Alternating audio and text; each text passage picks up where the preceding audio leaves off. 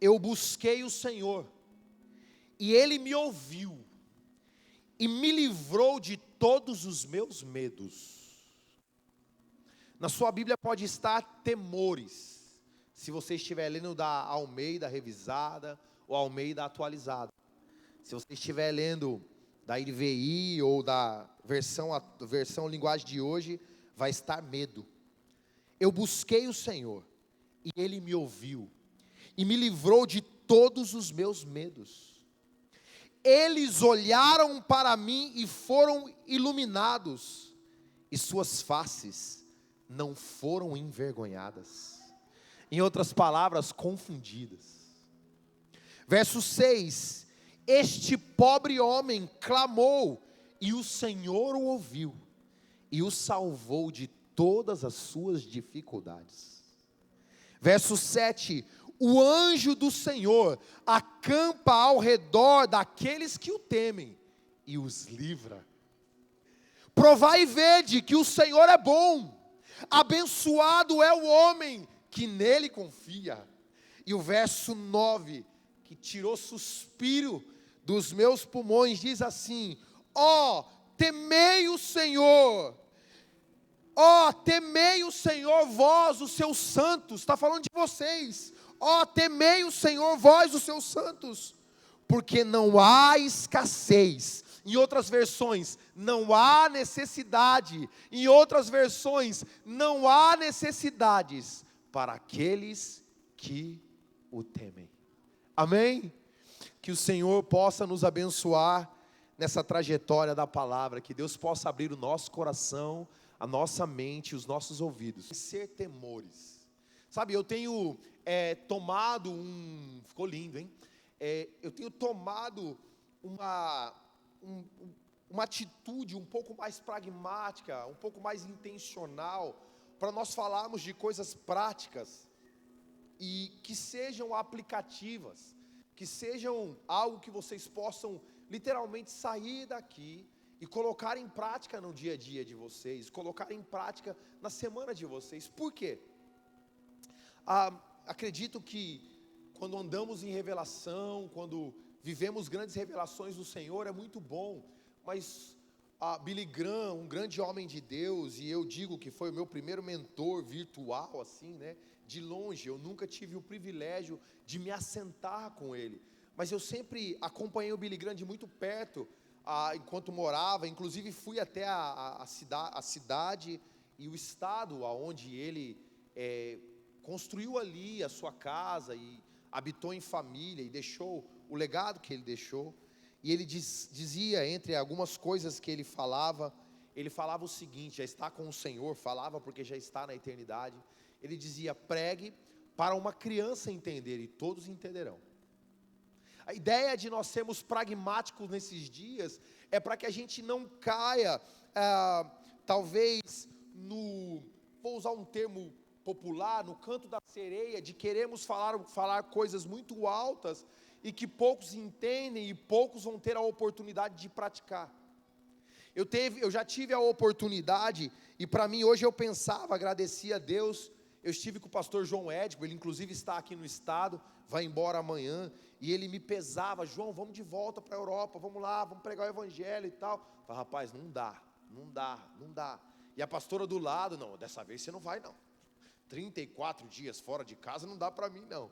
Mas eu confesso que foi uma das maiores experiências que eu vivi na vida, ter ido para a Europa e viver a missão de perto. Eu confesso a vocês que passar por alguns lugares da Europa, pregar em escolas, não porque era um lugar que estava tendo uma reunião para se pregar, mas porque era o único lugar que tinha para pregar. E duas igrejas juntas não dava esse bloco aqui, ó.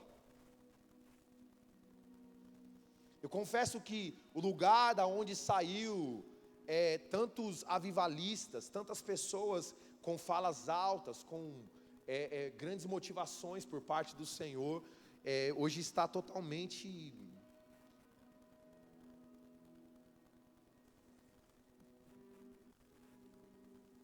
largado, sem a presença de Deus. A gente falou que teve lugares que nós andamos por horas, onde não tinha uma igreja, quiçá uma igreja tão linda como aquelas que vocês aqui fazem parte, aquilo que está sendo composto aqui.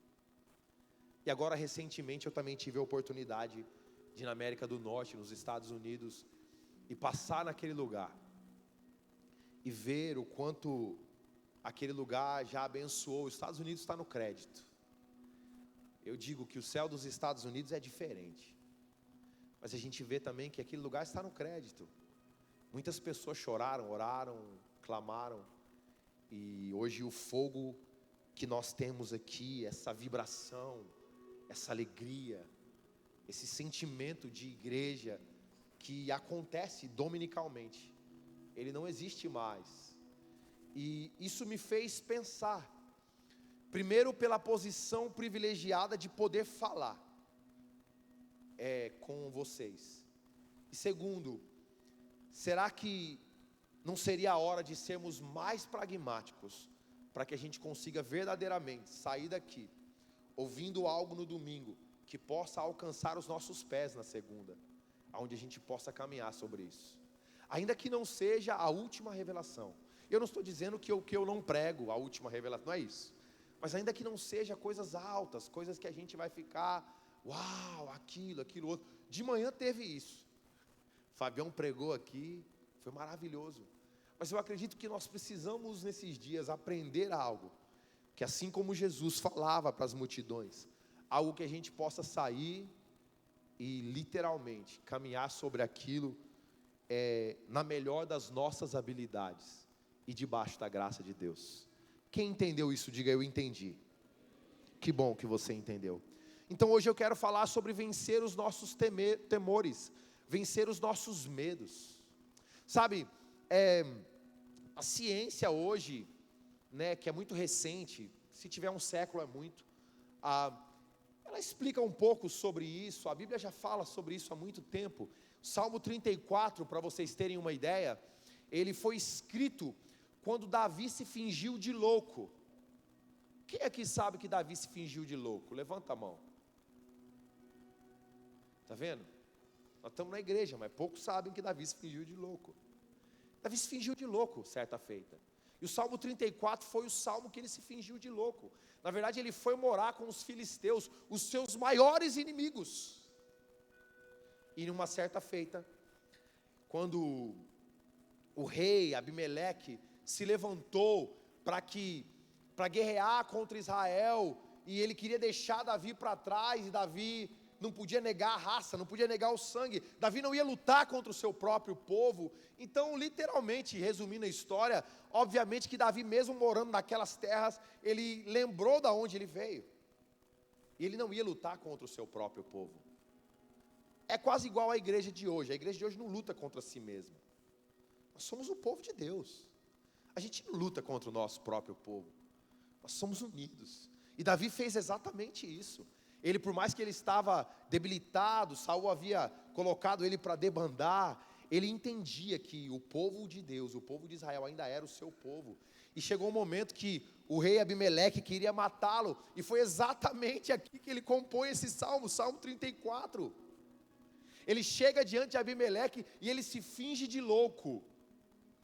Mas ao se fingir de louco, ele estava ali agora, poupando a sua vida, preservando a sua vida, e ele conseguiu escapar. E quando ele consegue escapar, ele escreve o Salmo 34, e o Salmo 34 no verso 4, ele fala assim: olha, eu clamei ao Senhor, e Ele me ouviu. Agora, quando ele clamou ao Senhor, se ele estava se fingindo de louco? Irmãos, usa um pouquinho da sua imaginação, vai. Deus te deu. Você imagina ele babando na frente do rei, Robério, fingindo-se de louco, mas por dentro ele estava intercedendo: Senhor, me livra dessa morte. Senhor, me livra disso daqui. Eu não posso morrer agora. E ele continua dizendo: eu clamei ao Senhor, e Ele me ouviu, e Ele me livrou de todos os meus temores. Os temores de Davi aqui não eram temores como a gente fala aqui, nós precisamos temer a Deus. Não, ele estava sentindo medo. Davi estava sentindo medo de cair no fio da espada. de perder a sua cabeça, de perder a sua vida. Davi estava sentindo medo de não conseguir sair da presença daquele rei com vida. E obviamente que hoje a ciência diz que existe um medo bom, e certamente existe, porque se nós não tivéssemos o medo que é real, por exemplo, nós atravessaríamos a rua sem olhar para os lados. A gente faria coisas que seriam irracionais. O medo é bom. O neocórtex, ele aciona. Se você sentar na tua cadeira, no alfinete aí, aquilo vai transmitir algo para você rápido. E o seu corpo vai falar, levanta. Não permaneça sentado aí não. Porque tem algo te ferindo. Esse medo obviamente é bom. Só que a Bíblia não está falando deste medo. A Bíblia está falando de medos aqui, que eles se traduzem por situações reais. Mas existem medos na nossa era, e eu gostei muito, o Fábio foi muito, ouça, o Fábio nessa manhã, quando sair a mensagem, você precisa assistir, o Fábio foi muito pontual em muitas coisas, mas em algo que ele falou, principalmente para os pais presentes aqui, quando ele disse que outrora, na nossa época, quando a gente queria proteger um filho, a gente levava ele para dentro de casa, a gente colocava ele em casa e falava, aqui na casa é o lugar mais seguro, se ele não sair, ele está mais seguro. Aí o Fábio disse com muita destreza, ele disse, mas aí veio o mundo virtual, o metaverso, a internet, e agora deixar o filho em casa, não é sinônimo de segurança mais. Percebe como algumas coisas elas foram mudando durante o tempo, e existem também, no nosso século, na nossa era, medos irreais, medos que não são reais. Nós não estamos na frente de Abimeleque, mas existem medos que não são reais, não são aqueles medos de atravessar a rua, ou medo do alfinete que possa estar na sua cadeira, ou qualquer outro tipo de medo que seja um medo real. A gente vê uma criança atravessando no estacionamento, um carro dando ré, aquele medo é real. Hoje existem medos irreais, e que foram se propagando dentro do coração do homem e da mulher, inclusive homens e mulheres que conhecem a Deus, que servem a Deus. E eu gostaria de nessa semana colocar um desafio para nós. Vamos fazer outra campanha. Não tem problema se falar que nós somos a igreja da campanha agora, tá bom? Não tem problema. Eu lembro quando eu cheguei aqui nessa cidade, há quase 10 anos atrás, a gente começou a fazer culto de luz apagada. Irmãos, eu era o pior pastor da cidade, porque fazia culto de luz apagada. Hoje 90% da igreja faz culto de luz apagada. Eu já não sou pastor ruim mais, por isso. Então não tem problema se a gente ficar sendo agora o pastor da campanha. Mas essa semana, eu gostaria que nós fizéssemos 7 dias, onde nós vamos escolher, ou detectar, ou orar ao Senhor, para que Ele aponte alguns medos internos, que precisam ser vencidos. Porque o medo nos limita. O medo, ele coloca fronteiras e diz que você não pode ultrapassar. O medo coloca barreiras para você às vezes não alcançar os lugares que Deus já determinou que você alcançasse. E nesta noite, por base da palavra de Deus, ou na palavra de Deus, nós vamos vencer os nossos medos. E nós vamos galgar uma semana de 7 dias, onde a gente vai escolher um medo e nós vamos lutar contra aquilo. Talvez você tenha medo de falar em público. Quem sabe domingo que vem você vai pregar. Ninguém fala amém nessa hora.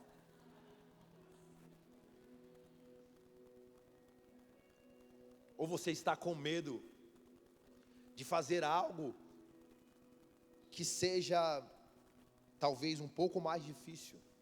Talvez medo de pedir perdão para o seu pai ou para a sua mãe. E talvez essa semana, durante 7 dias, você vai orar por isso. E você vai conseguir se revestir de coragem. Por quê? Porque Salmo 34, 4 diz: eu clamei ao Senhor, e Ele me ouviu, e me livrou de todos os meus temores. Amém? Nós vamos fazer isso essa semana, nós vamos vencer os nossos medos. E a gente vai fazer isso para a glória do nome do nosso Deus. Amém, irmãos? E o primeiro medo que eu coloquei aqui, que esse século, ele acaba impondo sobre muitos de nós, e é um medo que é irreal, é um medo que não é real, que não é verdadeiro, mas que ele existe, e todos nós enfrentamos, alguns em um grau maior, outros em um grau menor, mas todos nós enfrentamos, é o medo de não ser aceito, o medo da rejeição, o medo de não ser aprovado, o medo de não ser bem-quisto pelas pessoas. Você sabia que todo mundo enfrenta algum tipo de medo assim? E para mim é difícil falar aqui, porque tem um monte de psicólogo, de psicanalista. Irmãos, eu não estudei nada disso, eu fiquei só no Salmo, então dá uma tolerância para mim, por favor. Mas você sabe que existe um medo de ser aceito. Existem pessoas que não conseguem se relacionar com outras pessoas, porque elas têm medo de ser aceito por aquele grupo. Sabia que tem pessoas que não conseguem se aproximar de alguém diferente, porque só o fato de ser diferente já cria barreiras internas que dizem, olha, talvez por ele ser diferente, por ela ser diferente, ela não vai aceitar você, ele não vai aceitar você. Existem medo de rejeição que são claros, irmãos, e esse medo, ouça, a raiz dele, ou uma grande possibilidade desses medos que são irreais, para aquilo que a gente fala, né, do medo que é bom, é um medo ruim. Esses medos possivelmente, eles acontecem porque existe uma grande possibilidade de você inconscientemente estar pensando que você não pode estar com aquela pessoa, porque você não vai atender às expectativas. Quantas pessoas têm medo de falar com o pastor? Não, falar com o pastor não. Meu Deus, eu vou falar com o pastor? Vou falar para o Gabriel. Gabriel que se pega aí, né? Vou falar para o Gabriel, porque parece que o Gabriel fala, o pastor atende melhor. Agora, o medo não é o fato de ser o pastor, o medo é de não corresponder a uma expectativa. Quantas pessoas aqui neste lugar, ou talvez que vão nos assistir durante os anos por vir, e nós já temos mensagem na internet agora, no canal da Vinde, que passou de 100 mil visualizações. Imagina um estádio todo de assistir uma mensagem. Quantas pessoas nesse lugar, ou que ainda irão assistir, que por falta de uma aceitação da forma que ela queria, num ambiente familiar, às vezes até irmãos, ouça, vivem com medo de ter um relacionamento melhor com os seus pais, porque acreditam que o pai aceitou mais um do que o outro. E até o dia de hoje, alguns até adultos, vivem em decorrência de viver uma vida seguindo os passos daquele que foi aceito, para tentar suprir a necessidade que ele encontra de uma forma invisível e interna, que ele nem mesmo sabe. Olha, se eu fizer isso como o outro fez ou a outra fez, talvez eu vou ser aceito pelo meu pai e pela minha mãe. Então vive buscando algum tipo de ação, de atitude, de posicionamento, para buscar uma aceitação. Deixa eu dizer para vocês, não adianta, irmãos.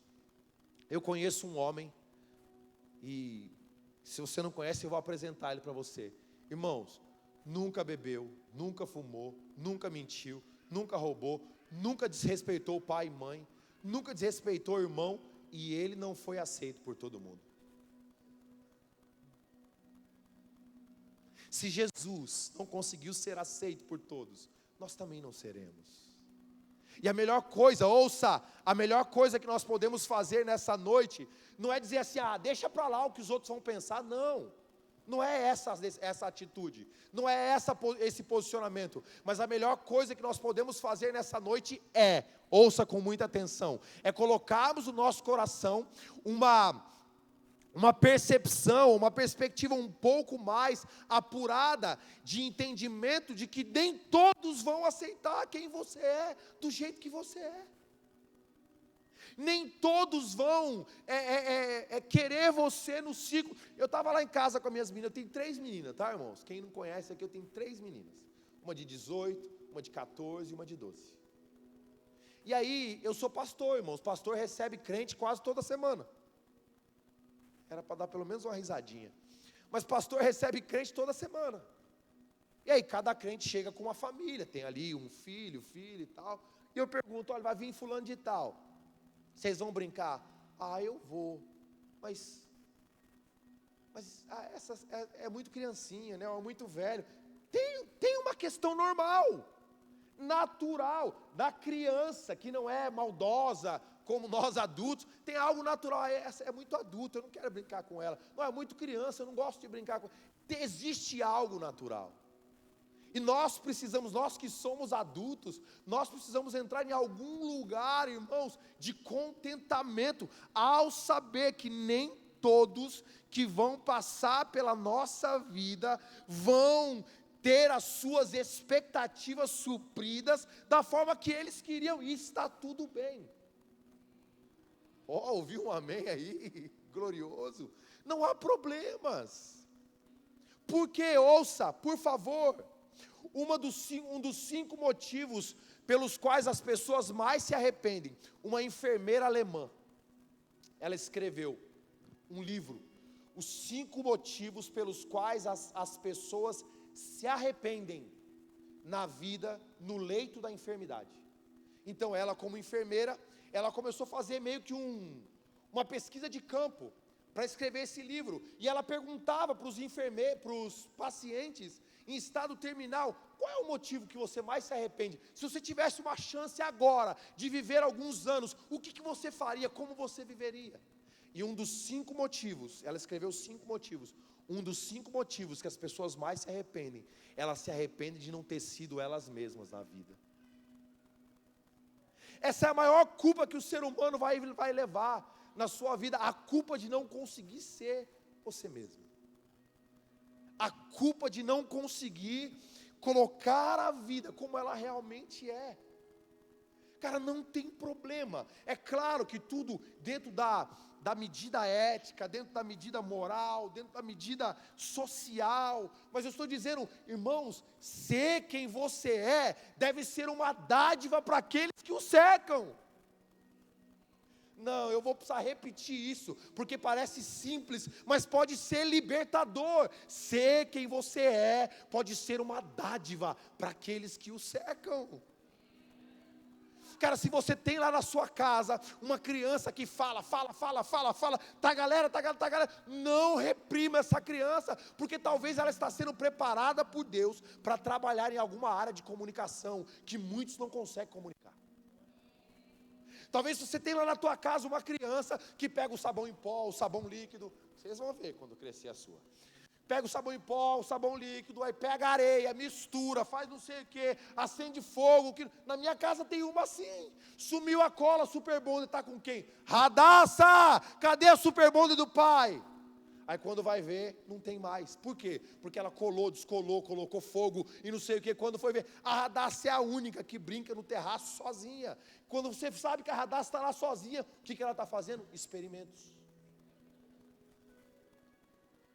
E quantas vezes, ouça, porque eu vou falar pouco nessa noite, quantas vezes com a nossa incapacidade de detectar a mão de Deus em algumas coisas que parecia talvez uma arte, uma bagunça de criança, quantas vezes por nós não detectarmos, nós deixamos de impulsionar o dom natural e genuíno de Deus que há nessas crianças. Quando a gente vê a Radassa, fala, você vai ser cientista, você vai ser alguma coisa. A gente já começa a profetizar, minha filha. Compramos um tubo de ensaio para ela, alguma coisa para ela começar a misturar as coisas. Ei, Deus te fez com algumas perspicácias, algumas coisas diferentes, porque você precisa abençoar aqueles que te cercam. Não importa, ouça, não importa se algumas pessoas não vão te compreender. Deus te compreende. Deus sabe o porquê você foi criado assim, cara. Deus sabe por que Ele te fez assim. E Ele se alegra quando você genuinamente é quem você é para abençoar a outros. Irmãos, tem gente que se você deixar, dá tudo. está no sangue. Dá tudo. Irmão, você sai para almoçar comigo, você nem precisa saber se você vai pagar a conta. Eu levanto e pago a conta, e eu não reclamo mais, nunca. Porque Deus me fez assim. Deus colocou isso no meu coração, é uma dádiva.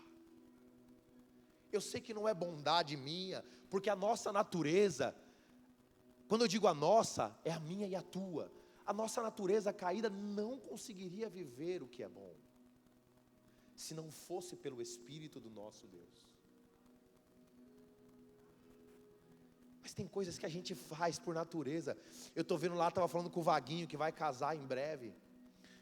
E eu falava do Vaguinho lá nos Estados Unidos. Cara, quantas vezes eu fui abençoado em ver o Wagner com guarda-chuva na mão, pegando gente na chuva. Bicho, aquilo alegrava o meu coração de um jeito. Eu falava, Deus, que dádiva. Quem Ele é nos abençoa.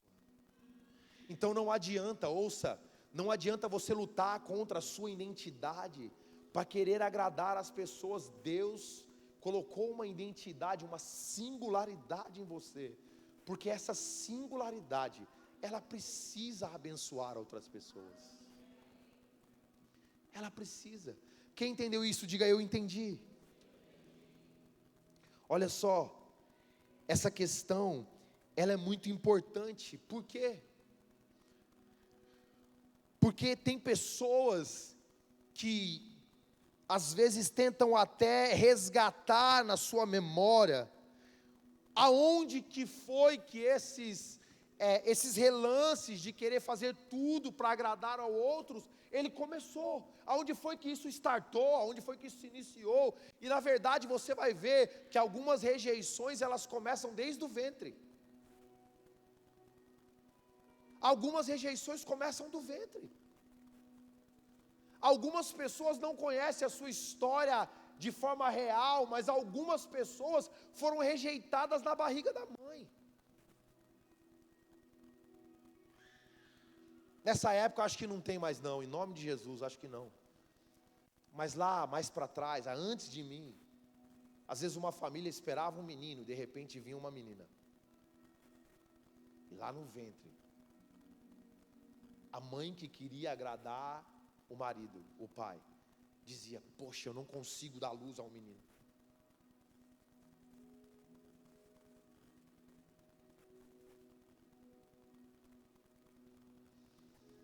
Ou pode ser o oposto, uma família que só teve menino. Tem família que teve 4, 5 meninos. E aí uma mãe queria ter uma menina. E quando concebeu novamente, ficou sabendo o sexo, menino de novo, eu não acredito. Pode ser, ouça, pode ser que isso tenha acontecido com alguns de nós aqui. E eu falo com muita coerência e sobriedade. Pode ser que alguns de nós vivemos isso, seja no ventre, seja quando foi crescendo. Mas a verdade é que a palavra de Deus, outra coisa aqui, que cabe aqui, encaixa na mensagem, que foi falado pelo Fábio, só para ele ser abençoado, porque eu prestei atenção. Fábio disse que nós não temos, disse sobre os jovens até, né? Ele falava quando falava dos jovens, nós não precisamos dizer aos nossos filhos que eles têm que aprender com os seus erros. Não dá tempo mais de aprender com os erros. E nem dá tempo de dizer que estamos aprendendo com os nossos acertos. Por quê? Porque nós temos a palavra da verdade que nos ensina tudo. E a palavra da verdade, ouça com muita atenção, por favor, ela já nos diz que ainda que a sua mãe rejeite você no ventre, ou ainda quando amamenta, o Senhor, o seu Deus, Ele jamais te desampararia.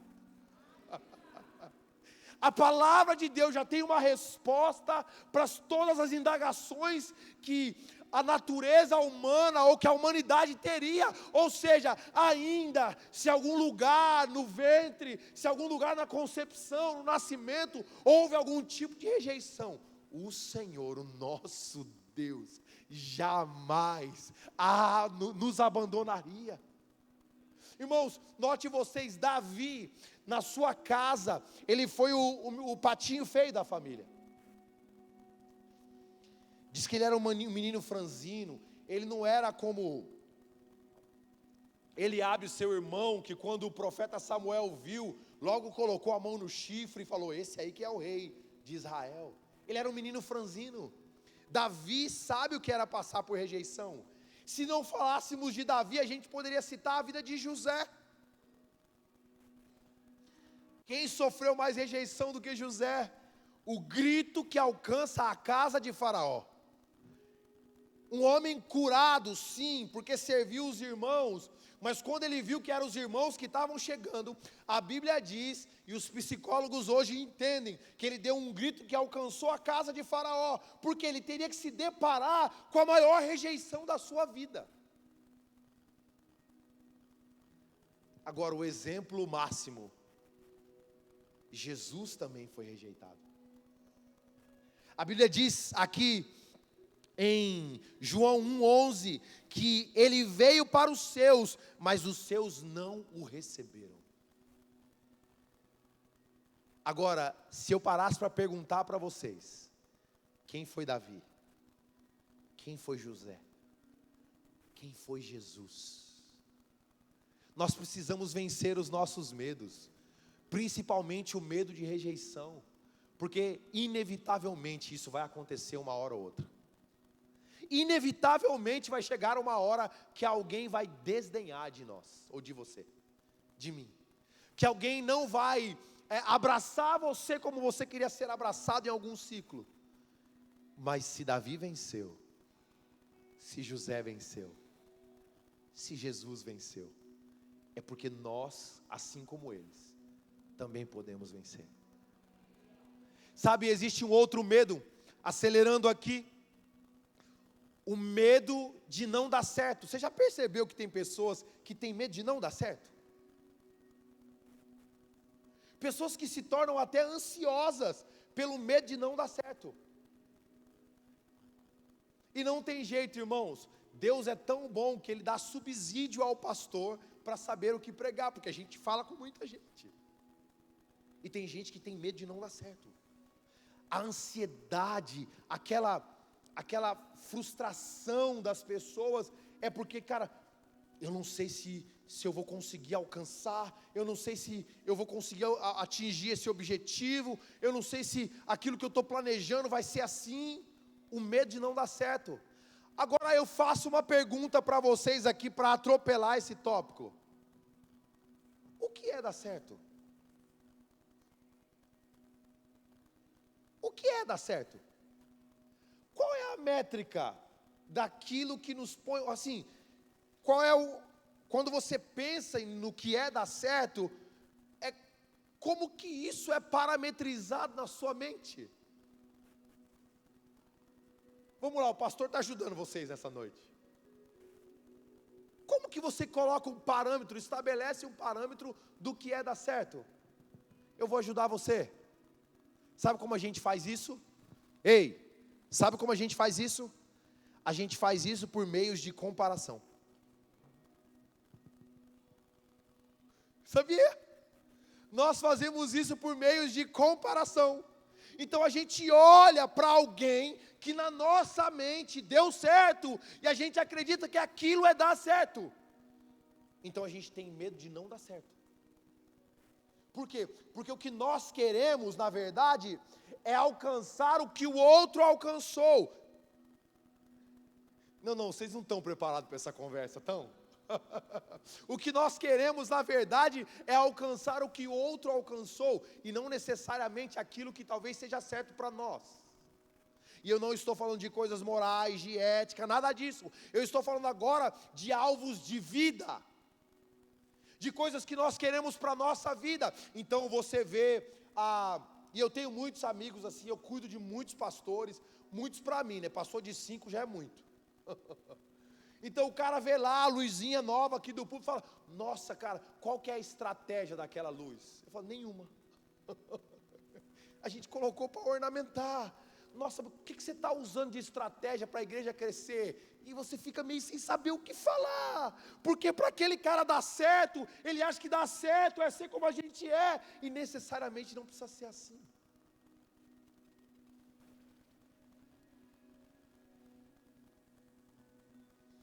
Tem pessoas que têm medo de dar certo. E elas querem dar certo porque elas se comparam com outros. E tem pessoas que estão construindo, ouça, por favor, isso é libertador, e eu estou aqui debaixo de uma missão divina. Tem pessoas que têm como parâmetro tantas outras pessoas, que é como se ela estivesse construindo a sua própria vida, sem um alvo correto.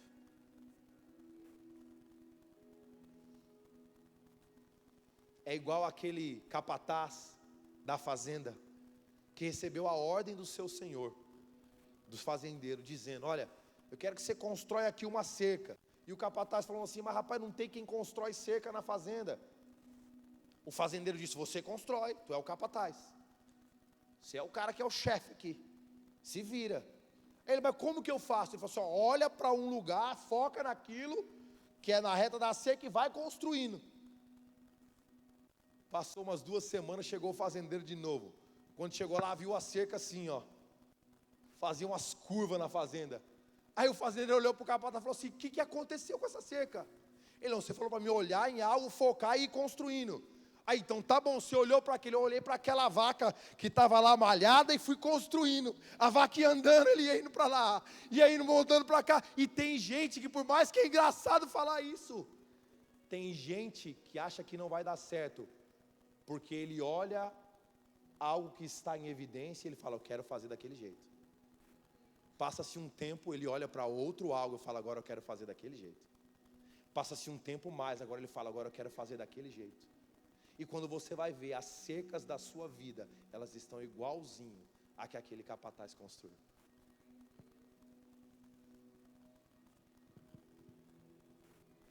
Por favor, ei, dar certo é quando no teu coração existe a plena convicção de que você está satisfazendo a vontade de Deus. Isso é dar certo.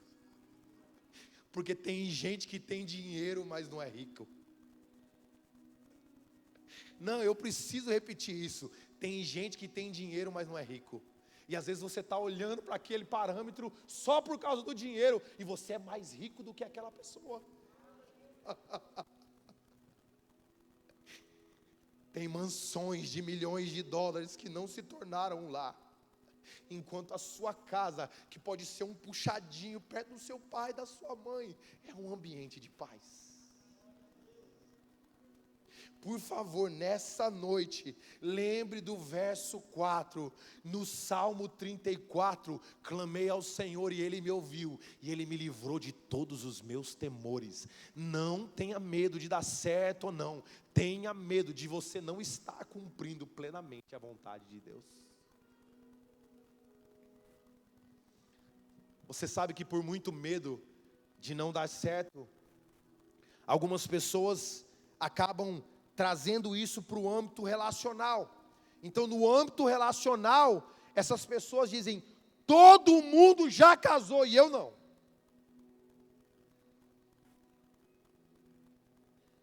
E vou falar mais aqui para os jovens, contra os jovens, principalmente as meninas, que ouvem as amiguinhas dizendo: olha, eu já perdi minha pureza com fulano, eu perdi com ciclano, e aí parece que você vai ficando para trás, e você acha que você tem que se enquadrar ao que todo mundo está fazendo, porque essa é a maneira certa. E quantas pessoas se entregaram precocemente, porque queriam dar certo? Não.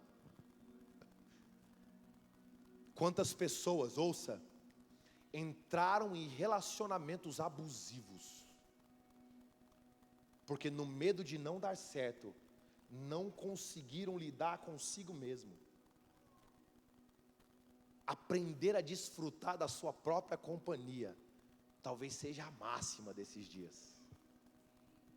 E aí achou que estar só era estar em solidão. E o que houve? Cedeu, abaixou a régua. E quando abaixou a régua, começou a passar muita coisa que não precisava passar. Quantas pessoas permanecem em relacionamento? Eu estou pregando, irmãos. Quantas pessoas ficaram em relacionamentos abusivos? Pelo medo de não dar certo e o medo de estar só. Então negociaram os maiores valores que você tinha dentro de você.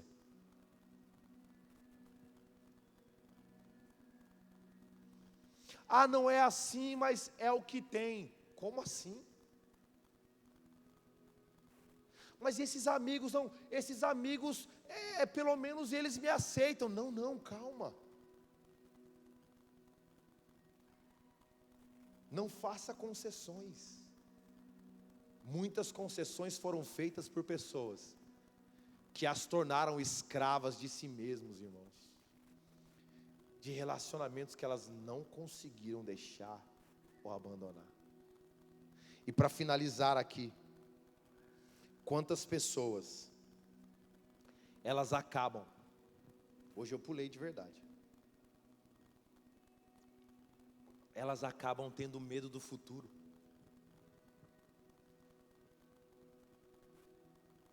Vamos ser honestos aqui, vai. Está acabando, nem 30 minutos eu preguei. Quantas pessoas têm medo do futuro? Parece que o amanhã é um lugar horripilante, tenebroso.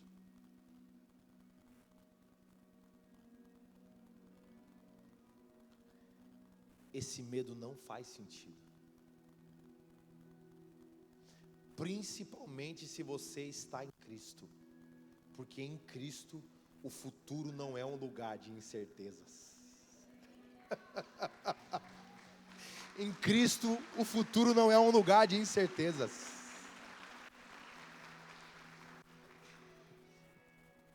Tem uma canção que diz assim: se eu tenho a Ti, eu tenho tudo. Se eu tenho a Ti, eu tenho tudo. Então, em nome do Senhor Jesus, que uma onda de libertação desses medos, elas comecem a soprar sobre as nossas vidas aqui. Nós não precisamos ter medo do futuro.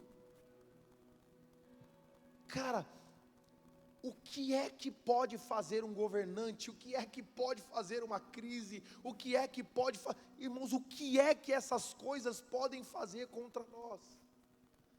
Se em Cristo nós estivermos.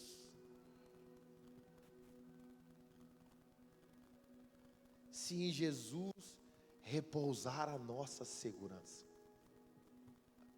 E aqui eu aprendo com a mulher de Provérbios 31. Que não foi Salomão que escreveu sobre ela.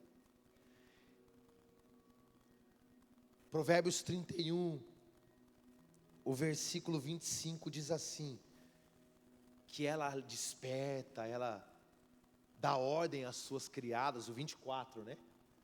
E aí o 25 fala assim, ó. É o 25, já você colocou aí? O pessoal tá rápido, né, irmão? Isso aí, mas você colocou na King James. A outra diz assim, ó. Esse aí mesmo, que ela se reveste de força e dignidade e sorri diante do futuro. Sabe o que o Senhor está esperando de alguns de nós para mudar algumas coisas? Ouça, sabe o que o Senhor está esperando de alguns de nós para mudar algumas coisas? É a gente abandonar alguns medos. Porque Provérbios 27 também fala o seguinte: que aquilo que o homem temeu na sua alma, isso te sobreveio. Tem muitas coisas que vão perseguindo a vida do homem, a vida da mulher, porque você acaba se enchendo de temor exatamente por aquilo. E essas coisas acabam nos permeando, nos cercando. quando o Senhor quer nos fazer totalmente livres.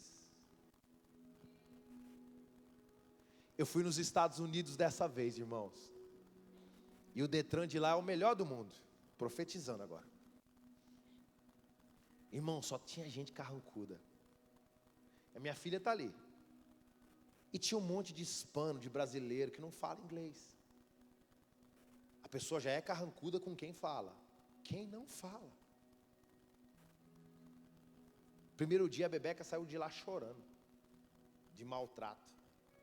Então eu comecei a olhar aquele lugar, que eu fui 3 vezes. No segundo dia, falei, peraí, alguma coisa Deus está querendo que eu faça aqui. Eu comecei a conversar com as pessoas. E aí elas falaram, eu estou com medo.